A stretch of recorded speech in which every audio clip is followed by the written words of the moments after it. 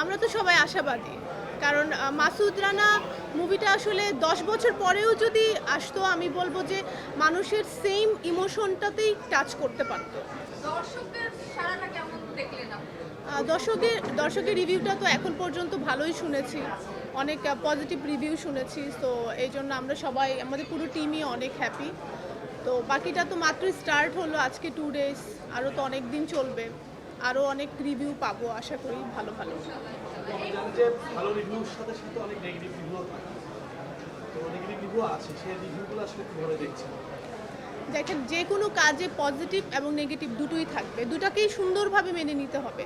কারণ কারো কাছে আমাদের সব কিছু ভালো নাও লাগতে পারে, আমাদের অভিনয় ভালো নাও লাগতে পারে, আদার্স যে ব্যাপারগুলো সেগুলো নাও ভালো লাগতে পারে, আবার অনেকের কাছে ভালো লাগতে পারে। সো দুটো, নেগেটিভ এবং পজিটিভ দুটো জিনিস নিয়েই কিন্তু লাইফে আপনাকে চলতে হবে। সো যেগুলো কেউ যদি খারাপ কোনো মন্তব্য করে থাকে, সেটা আমার আরও বেশি ভালো লাগছে, ওটাকে আমি আরও বেশি নাইসলি নিয়েছি, যাতে আমার ইন ফিউচারে ওই ব্যাপারগুলো আমরা আরও ভালোভাবে করতে পারি। আপনার যে দুর্দান্ত ক্যারেক্টারটা আমরা দেখতে পেয়েছি, তার ভিতরে স্পেসিফিক কোনটা আপনার নিজের কাছে ভালো লেগেছে?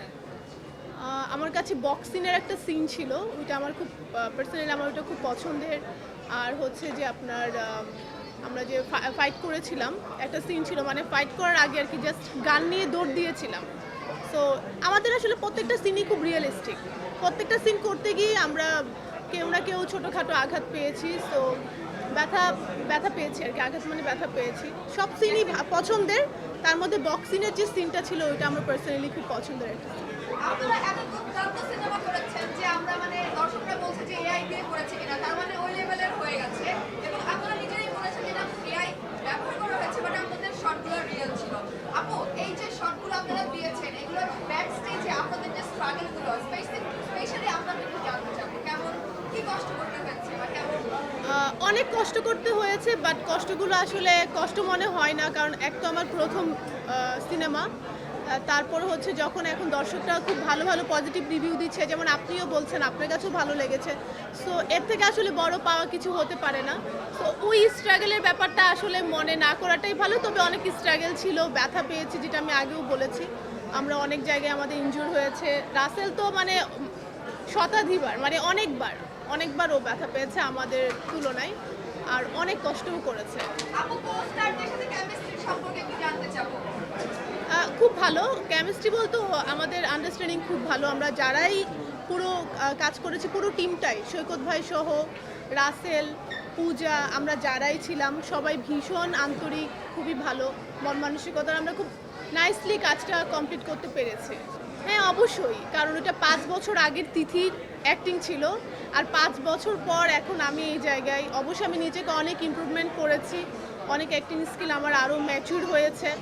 আগে তো ওইটা মোটামুটি আমাদের 80% ওয়ার্ক শেষ হয়ে গিয়েছিল, জাস্ট আর্মির যে ব্যাপারটা ছিল ওইটার পারমিশন না পাওয়ার কারণে আমাদের শুটিংটা একটু অফ ছিল। তো বাকি আমার বেশ মানে 80% ওয়ার্কই আমার ডান ছিল 5 ইয়ার্স আগে। তো সেই জায়গা থেকে বলবো আগের 5 বছর আগের তিথির অ্যাক্টিং আর এখন অবশ্যই পার্থক্য আছে।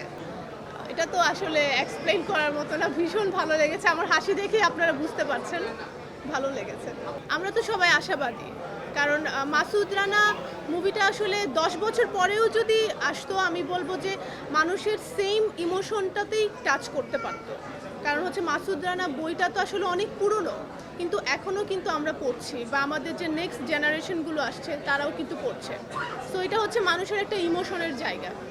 সো এই আমার সাইড থেকে আমার মনে হতে পারে যে ভালো করতে পারতাম, বাট এটা তো আপনারা বলবেন যে আসলে কেমন আমি করেছি। আপনারা কি দেখেছেন আমার মুভিটা? মানে আমার সিনগুলো কি আপনারা কেউ দেখেছেন?